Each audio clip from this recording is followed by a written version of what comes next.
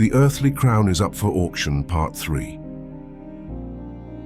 You were never given a throne, you were given a scroll, and the scroll was always meant to be opened, not sat on.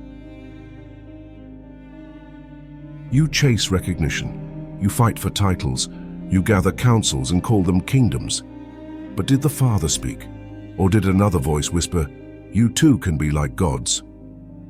Genesis 3:5 says, "For the Heavenly Father knows that in the day you eat of it, your eyes will be opened, and you will be like the Heavenly Father, knowing good and evil." They set up kings, but not by me. They made princes, but I did not acknowledge them. Hosea 8:4. The Father does not bless what he never built. He does not recognize what he never spoke. Even in heaven, only one was worthy to open the scroll. Not the elders, not the angels, not the kings of men, only the Lamb, who carried no title, wore no crown of gold, only thorns.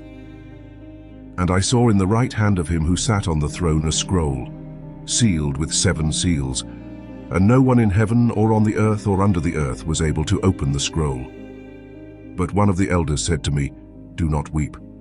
Behold, the Lion of the tribe of Judah has prevailed to open the scroll." Revelation 5:1-5. 1. The true leaders of this land were not sent to rule. They were sent to remember. They were given scrolls, not seats of power. The prophets were told, "Eat the scroll, speak the scroll, weep over the scroll." Never once were they told, "Sit on it, build a throne on it, claim it as inheritance."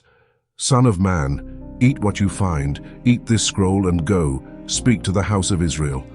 So I ate, and it was in my mouth like honey and sweetness. Ezekiel 3:1-3. You cannot wear the crown if you have not wept over the scroll.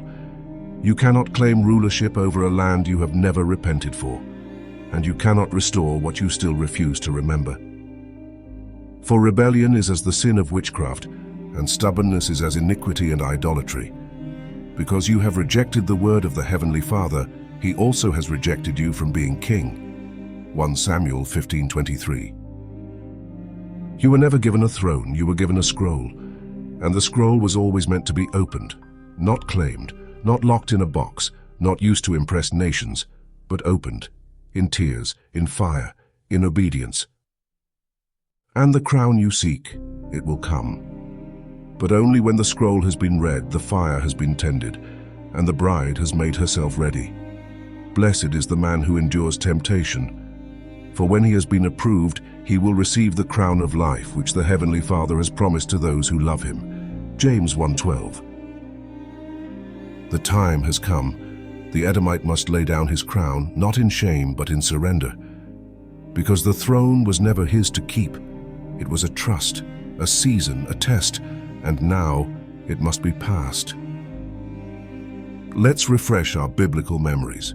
The Israelites begged for a king, and the prophet Samuel warned them, "They have not rejected you, but they have rejected me, that I should not reign over them." 1 Samuel 8:7. But the Father allowed it, not to glorify man, but to prepare a line through which his true king would come. Saul was permitted, but David was chosen. One line, one tribe, one crown. Arise, anoint him, for this is the one. 1 Samuel 16:12. The scepter was given to Judah, and it will not pass to another. The crown belongs to the rightful heirs, to the kings and priests of Yeshua, to those redeemed by the blood, to the ones who carry scrolls, not titles. You have redeemed us to the Heavenly Father by your blood, out of every tribe and tongue and people and nation, and have made us kings and priests to our Heavenly Father, and we shall reign on the earth. Revelation 5:9-10.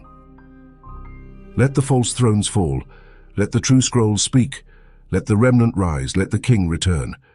You were never given a throne, you were given a scroll, a word to the false kings, a witness for the remnant,